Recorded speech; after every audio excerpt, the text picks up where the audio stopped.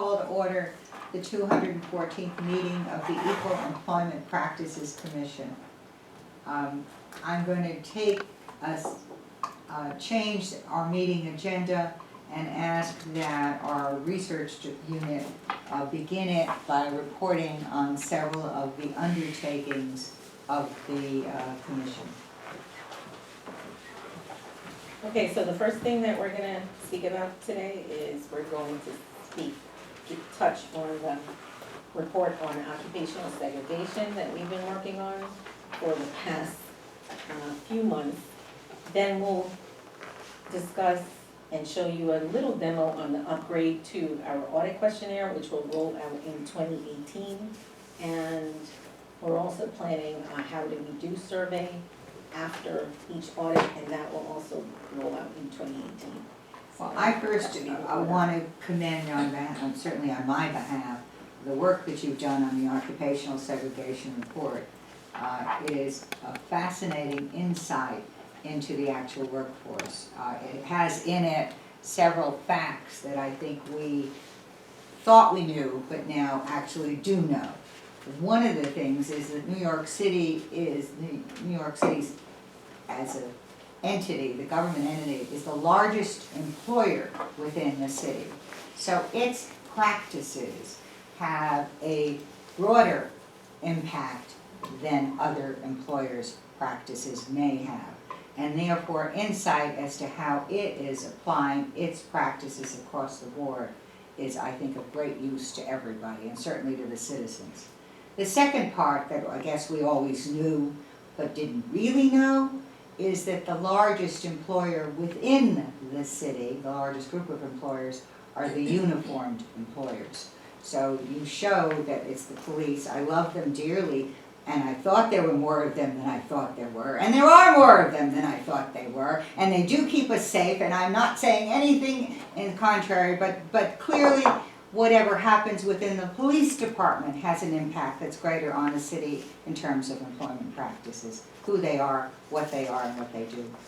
The second, which I thought was sort of interesting, is the fire department, which this commission has had several different things involved with the fire department over the years, and has noted over the years its occupational segregation. And I will not point or say anything more than that. Our reports speak for themselves. The third was the corrections department, which I think I must find was fascinating. I didn't realize there were that many correction officers, nor did I realize that the occupational segregation was there, existed there as well, although to a modified degree. So I think what you've done so far is incredibly useful for the city, and I applaud you on all of the hard work. You're going to do a presentation, right? Should we Yeah. start with the presentation? Yes. Okay, thank you. Sure. So, this report, what you've received in the past is the full report, many pages, 20 pages I believe, and then a 2-page brief discussing our research findings. And we've done some really interesting things, and we found some interesting numbers. They're very basic analyses, and some more creative approaches to looking at the data and trying to visualize exactly what we're trying to pinpoint. But occupational segregation is something that we need to have more of a discussion about. It's very important, underlies a lot of other issues that we should be addressing in terms of employment practices of the city. But first, what we've got is I have to pull it up here. I don't have. We don't have a copy for people. Is that the next one? Thank you. And the full report, if you don't mind. Is that possible? Thank you. Can I keep this? Yes. Thank you. I'm going to kill the Another lights, or copy. you're going to kill the lights. Thank you. Another copy of the 2-page? Sure. Sure. Two of them. No, it's your copy, I don't need one. Oh, okay.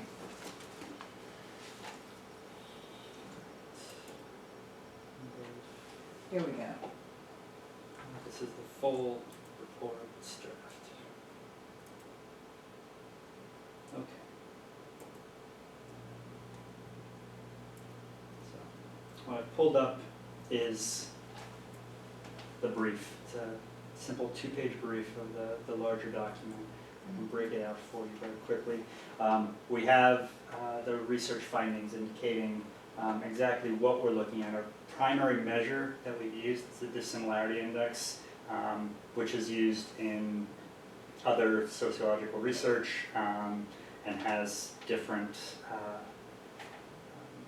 purposes for different types of analyses. It's done in looking at housing segregation. In this particular case, we're looking at segregation of occupations by race and gender. The trends, as you can see by the top graphic, are fairly stable over the past 4 or 5 years. We don't see large difference, but we do see differences between the groups. And what these lines represent are the different dyads. When we look at occupational segregation, we look at how 2 different groups are segregated. We can't segregate between more than that for this particular type of analysis. So we look at men and women, white, black, Hispanic, Hispanic, through all of the combinations. When you say stable over the last 4 years, you mean no improvement, or the improvement is going in a stable manner? What does stable mean? Consistent over, right? It's consistent over time. There's a slight decrease every year since 2014, with the exception of one group, Black Asian dyad, but it's hardly noticeable. I wouldn't go so far as to say it's a significant decrease.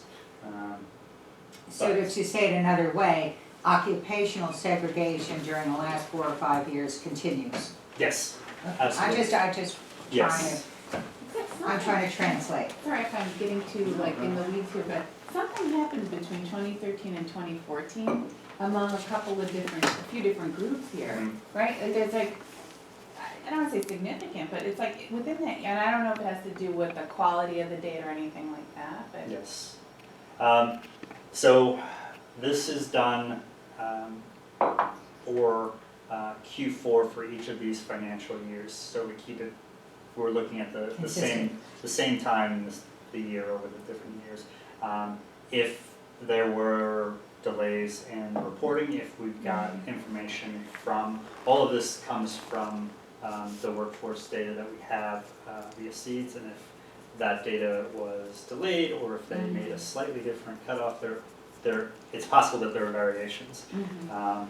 But there's also any number of sociological reasons why this could happen. If there are hiring freezes, if there were different agencies, some of the larger agencies, NYPD, FDNY, sanitation, if there were modifications in their hiring schedule, then that can make a difference.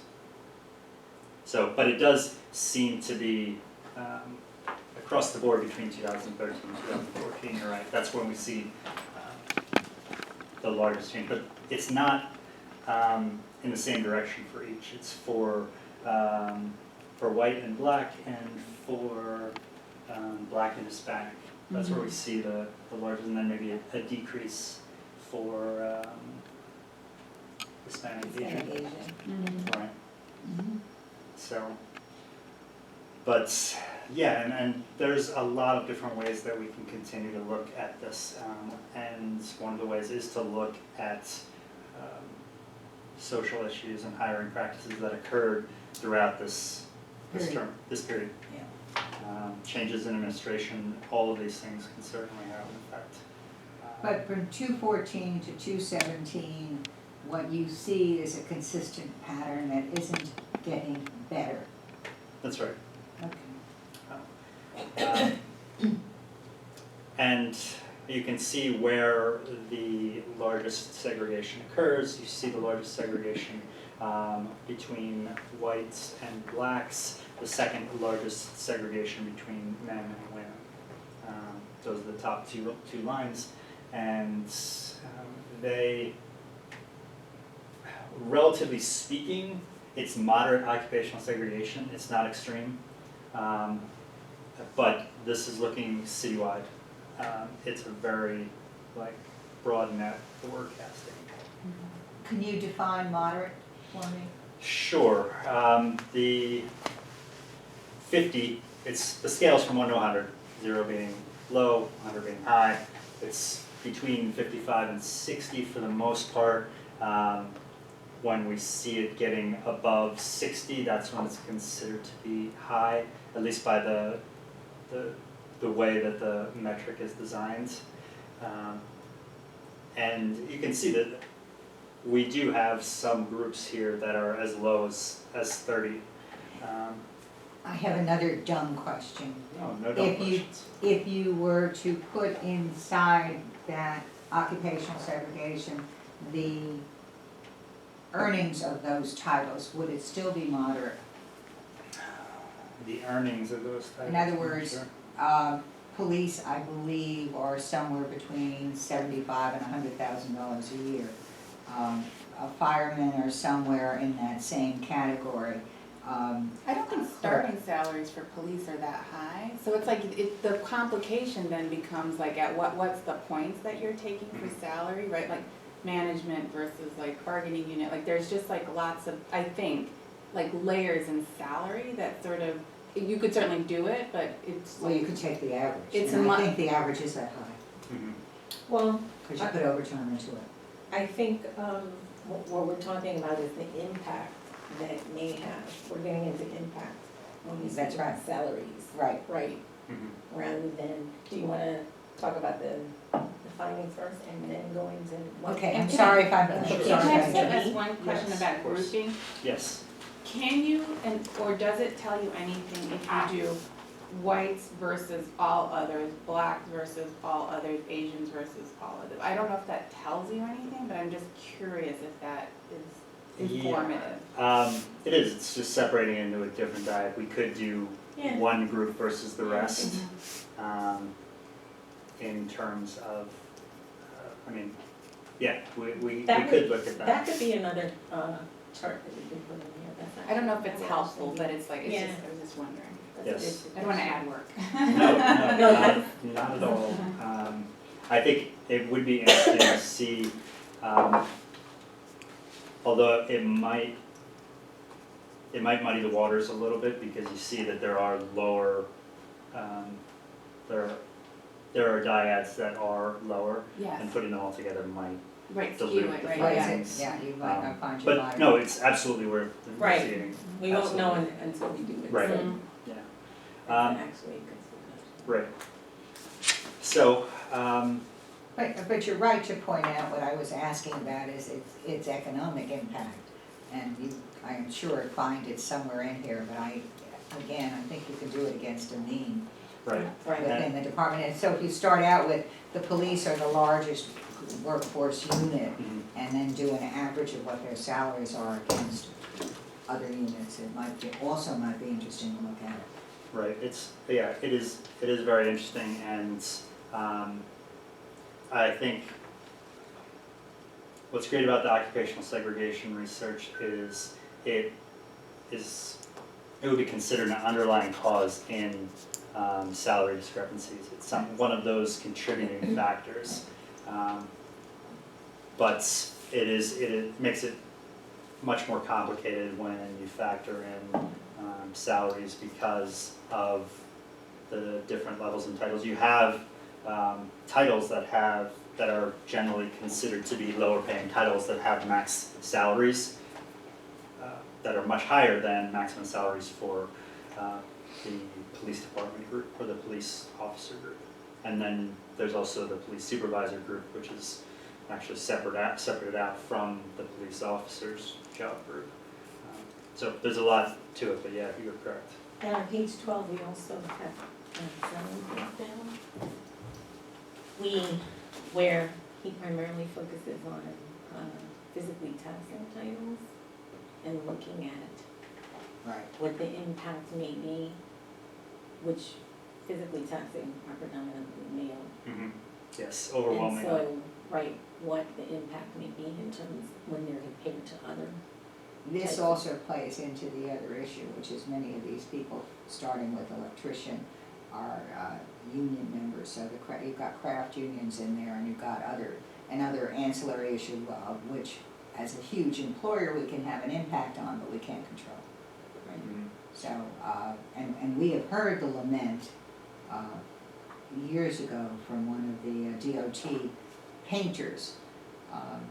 There was one female painter, a bridge painter, and then no more. And so, why no more? Because it became very difficult, purportedly, to become a painter within that union. I don't know that's what we were told, there were allegations, I don't know that that's true, but certainly in the gender skewed physically taxing titles, you're also into you are into a craft union issue. Plumbers being another one, auto mechanic.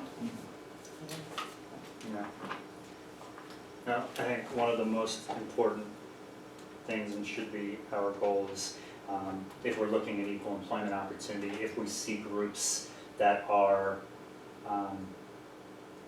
receiving better benefits in one way or another, compensation, retirement, any other sort of benefits, that's something that we need to consider and ensure that there are no barriers that prevent everyone from receiving the same benefits. I agree with you. So, and I think that some of those are directions that we're looking at. We looked at uniform titles, we looked at physically taxing titles. Physically taxing titles have benefits including early retirement. One of the reasons they're physically taxing is you have an early retirement option, which is considered to be a very desirable option. Permits double dipping. Yeah. I don't know if I would say that. Yeah, I don't. I don't think we should imply these things without some facts. But I see a permit. we also have uniform services. Uniform services are very interesting in terms of their collective bargaining agreements. But there's a lot more that needs to be looked at before any conclusions can But be made. you're only looking at wage, you're not looking at the economic value of benefits, is that correct? In In your Wage. analysis? Because what I just saw is just wage driven, it's not benefit driven, so it's Well- you're looking at average wage, and you're not, I mean, I suspect it would be too difficult to look at the long-term economic benefit of a pension, because you have to do the variable, and some of those collective bargaining contracts allow them to go in and get their pension at their last year's salary, which it could be enormous because overtime's built into it and there is no average. Right, that's the more intricate issue. Yeah, I don't know that you can even get into that, so Right. I think you can list what the differential is in benefits so that they're entitled to retire at age X as opposed to waiting to age Y. But I don't know that we can compute the monetary value in it.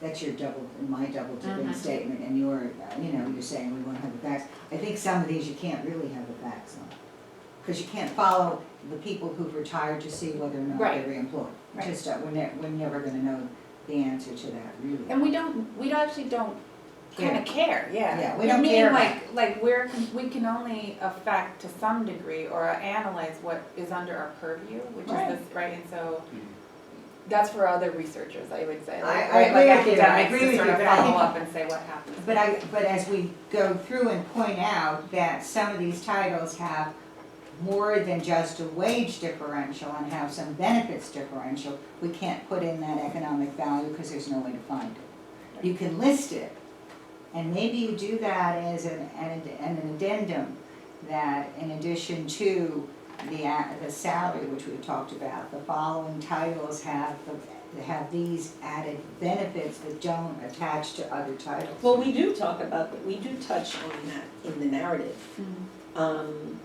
But you might want to However, I articulate. think all of this is fodder for, like we said, a bigger discussion, which we can have via the conference, where we actually invite, academics and people that are versed in I this agree with that. area. But to the extent that you can provide some, because you've done some of the analytical work and just put an addendum that's saying, for example, this is here and this is here and this is here, just to under some of those contracts. If it's too much work, I'm back to, I don't want to make more work for you Never guys. do.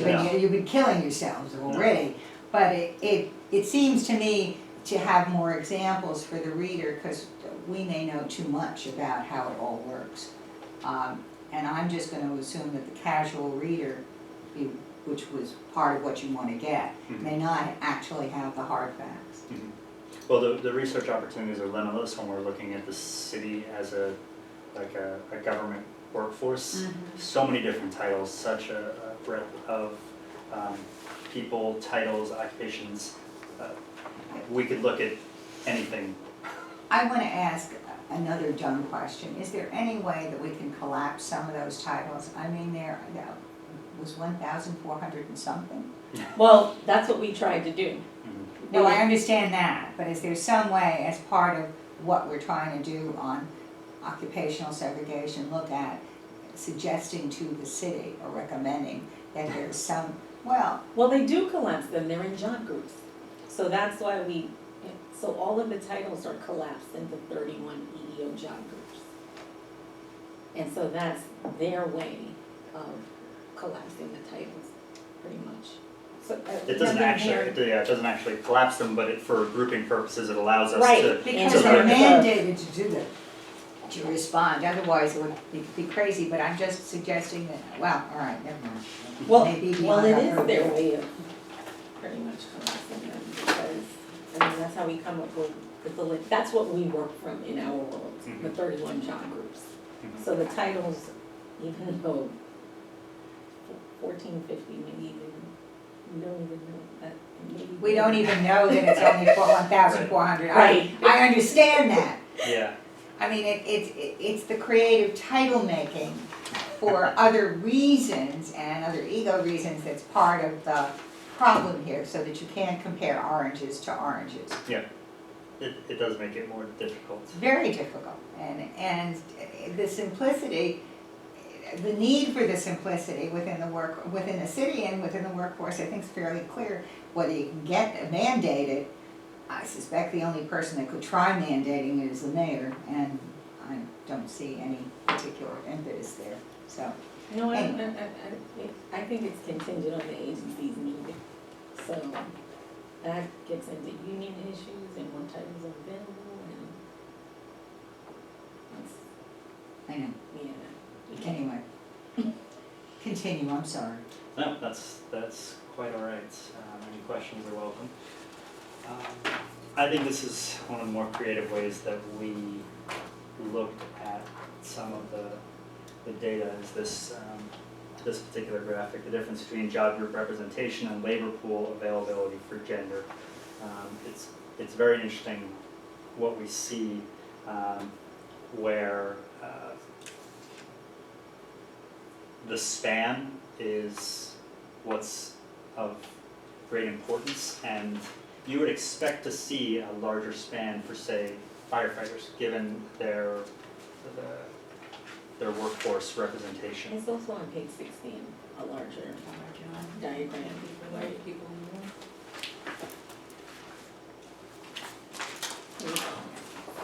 Well, I have it, let's see, something. Yeah, it's a Yeah, little it's bit bigger. larger. Amanda. Oh, Easier to follow. there's no pink. Right, well, there's no pink, but what this does is that it breaks out the percent difference between what's actually there and what's available, and when what's there is close to what's available, that's a good thing. That's what we'd like to see. When we see a larger span, we see that there's a greater availability and a lesser utilization, essentially. So let's go look at teachers where you see a large span. Yes. So but I don't understand it, so it's a large span for both men and women, or? No, the percent difference between, for men, for the blue column, the percent difference is approximately, let's say, negative 15%. So there's underutilization, right? And Yes. then overutilization for women, Yeah, for teachers, I see. right. Same thing for health professionals and social workers and Right. police So- supervisors. So then by that description then, for for fire supervisors, where you see no blue and no pink, Mhm. are we balanced gender-wise? Because that strikes me as not. No, good. it's, Okay. yeah, Uh-huh. I see what you're Uh-huh. saying. It's not balanced. Uh-huh. I would not call it balanced.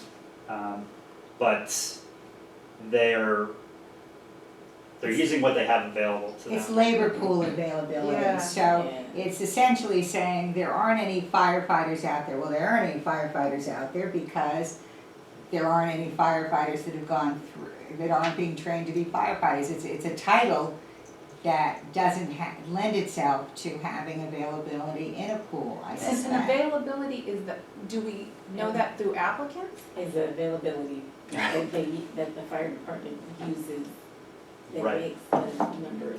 Okay, So- but they calculate it based on applicants to? They calculate Oh, Right. fires Go ahead. based on test takers. Okay. Yes, each of these groups have different availabilities based on a number of different factors. If there's external availability, who's out there in the job market in the New York area. Internal availability, those people that already work. And then there's, I guess it's list availability. And if you've got a job group that is entirely comprised of civil service list Mm-hmm, applicants, then it's 100%. It's all the people that are on that list, that's their availability. If you've got 1,000 people on the list and all of those people are the same, then you've got an issue because your availability is not necessarily representative of the community, and you really have no choice but to pull from the list. I have a very dumb question. Where do we have farms? Notice we have farming. Morning. Commissioner Cabrera, we'd love to see you, my dear. Hello. Community Your gardens, too? we've got community gardens. Sit down. Morning. Do you have the full report? We have 5 minutes to do. Because they can see the description of what farmers actually are. Okay, I'm going to interrupt your presentation. I apologize for that. But Commissioner Cabrera has just arrived, which permits us to go through our meeting agenda. So I call for approval of the minutes of the meeting of September 28th, 2017. All in favor? Aye. Okay. I second it, I'm sorry. Seconding the Oh, minutes. second, I second. Okay, all in favor? Aye, the minutes are approved. We are going to do an audit status report. The reason I'm doing this is I have to depart in 5 minutes. my God. So let's go through our meeting. Okay. No, you're right on time. You're fine. Okay, so, we have 3 resolutions for the commission members to vote on. We have the New York City, the New York City Housing Authority, which we issued a final determination for. And I guess one of the commission members can read the resolution number, or? Yeah, go ahead. Resolution number 2017/213-996. Okay. City Housing Authority. I vote to approve it. Second. Okay, All in then, favor? Aye, done.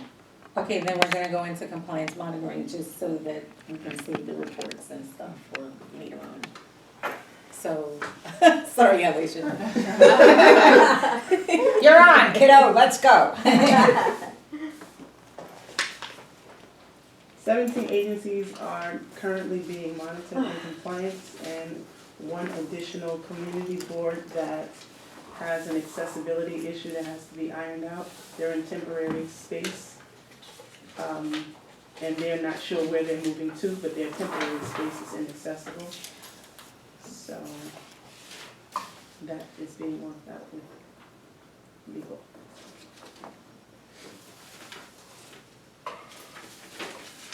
Okay. And that's all, it's just that, We're up to the compliance resolutions. No issues to discuss right now, but the resolutions that you're gonna be voting on today are the Manhattan Community Board 8, the Department for the Aging, and the Manhattan Community Board 4. That brings our total so far this year to 29.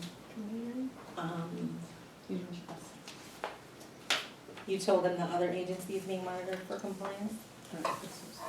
So that's the Office of Administrative Tax Appeals, the Office of Special Narcotics Prosecutor, the Public Advocate, the Office of Labor Relations, the New York City Employees Retirement System, the Police Pension Fund, DCAS, Department of Investigation, Independent Budget Office, Board of Education, the Board of Education Retirement System. Sorry, I'm so sorry. These were, The absent. can we just write it in, or is that? I'll change it. I'm so sorry, before Elaine leaves, I need to rewrite and do that. Queensborough President, Department of Information, Telecommunications Technology, Police Department, the Department of Environmental Protection, the Department of Transportation, New York City Housing Authority. Okay. Do you have any issues with any one of them that we need to know about? The Department of Aging or the Law Department? Is it their EO officer, you think they're gonna make their deadline?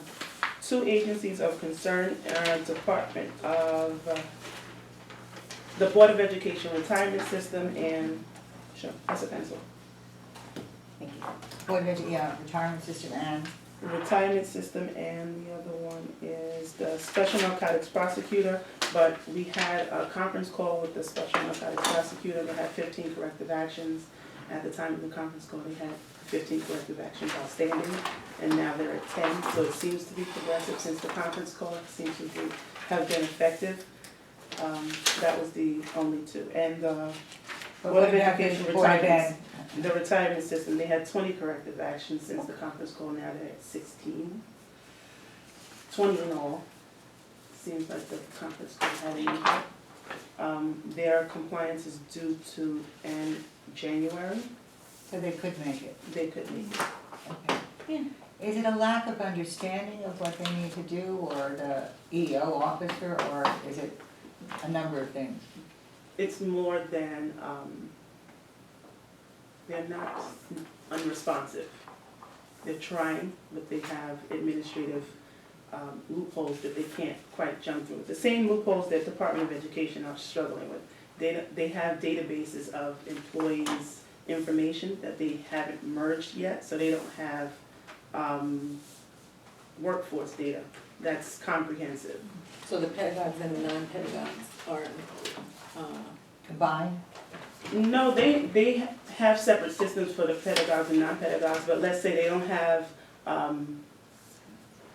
male, female designations in one place with the same place where they have who those titles belong to, or the same place where they would find the information about what level those employees are in. They don't have a database where all the employee information is in one place. They're working to create it, but they don't have it yet. Okay. So it's the same HR system that they would be using at the retirement system that they're using at the Department of Education, and they haven't found a way to merge those databases yet. I was just curious as to what the chances were of their completing it. That is a huge hurdle to jump, but it's not that they're unresponsive, but they just have administrative. So it looks like you are once more to be commended in meeting the charter requirement for us to, I guess, once every 4 years to deal with each agency. So, doing our numbers, you're not you're just doing- yet, but we should be. It looks like they're in there. Right, we're getting there. Anyway, you are And- commended. And doing these reports, which I think are really interesting, so we're able to do a bit more now with the data that we're getting, which makes me happy.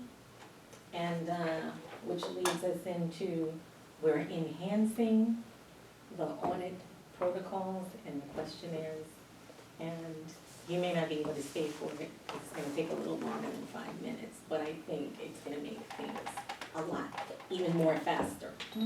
Terrific. So, we'll see.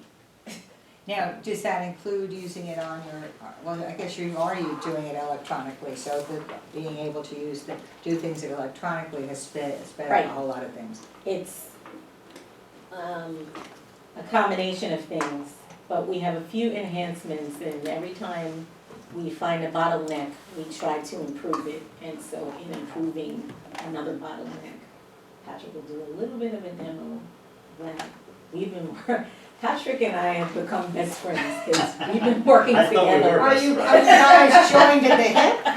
My goodness, Now Patrick, we are. Patrick, I didn't know you looked good in heels.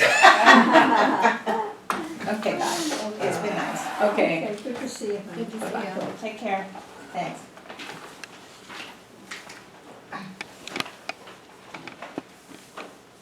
By the way, we did have the answer to the farming question, but you'll see it in the report.